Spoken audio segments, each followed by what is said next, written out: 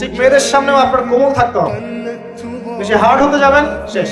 আমি আপনার গার্লফ্রেন্ডের সামনে কোমল হতে বলি নাই, আপনার ওয়াইফের সামনে হতে বলেছি। কোমল থাকলে আপনি জিতে যাবেন।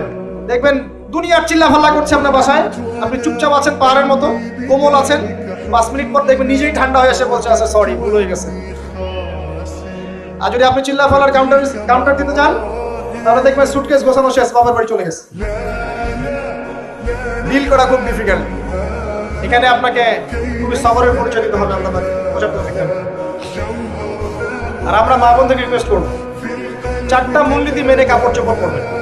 আপনার কাপড়টা এমন হবে না যে কাপড়টা পরলেও অঙ্গ প্রত্যঙ্গ দেখা যায়, বোঝা যায়, এমন হবে। কাপড়টা এমন হবে না এত টাইট ফিটিং যে আপনার অঙ্গের উঁচু নিচু অবয়ব বোঝা যায়, এমন হবে না। কাপড়টা এমন হবে না যেটা অমুসলিমদের পোশাক, আর কাপড়টা এমন হবে না যেটা পুরুষদের পোশাক।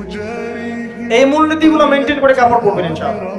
এছাড়াও মেয়েদের কথায় পর্দা আছে, চলনে পর্দা আছে, ওঠা বসায় পর্দা আছে। নামাজ পড়ার সময় তাদেরকে কিছুটা শালীনভাবে নামাজ পড়তে হয়। তাদের চোখের দৃষ্টির মধ্যে পর্দা আছে। এগুলো কে শিখাবে এখনকার মেয়েদের? সবসময় বিজি দেখবেন, নতুন কোন সিরিয়াল আসছে, নতুন কোন ফ্যাশন আসছে, নতুন কোন পার্লারে কি আসছে, কোন কাটিং আসছে, কোন নায়িকা আসলো, ওই যে বাংলাদেশে কোন এক নায়িকা আসছে, তাই নিয়ে মিডিয়াতে এমন তোলপাড়, মানে কি নাকি একটা অবস্থা। আল্লাহর কাছে তোমার কি মূল্য আছে হে? আল্লাহর কাছে তোমাদের কি মূল্য আছে? তোমরা কি 5 ওয়াক্ত নামাজ পড়ো? তোমরা কি পর্দা করো? তোমাদের মধ্যে হায়াবোধ কিছু আছে? তোমরা মানুষকে ভালো কিছু শেখাও, সমাজকে ভালো কিছু দাও, শালীন কিছু দাও। আল্লাহর কাছে তোমাদের কি মূল্য আছে? নবী সাল্লাল্লাহু আলাইহি ওয়াসাল্লাম তো জাহান্নাম দেখে সেই কথাটাই বলেছেন, আমি জাহান্নাম দেখে আসলাম, সেখানে বেশিরভাগ অধিবাসী হচ্ছে মেয়ে, নারী। কি কারণ?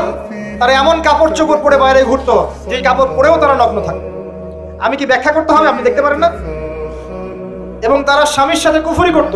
সারা জীবন স্বামী যদি তাদের ভরণ পোষণ দেয়, ভালোবাসে, মহব্বত করে, তাদের জন্য জীবনটা ক্ষয় করে ফেলে, এক পর্যায়ে গিয়ে বলবে সারাটা জীবন তোমার কাছে কিছুই পাইলাম।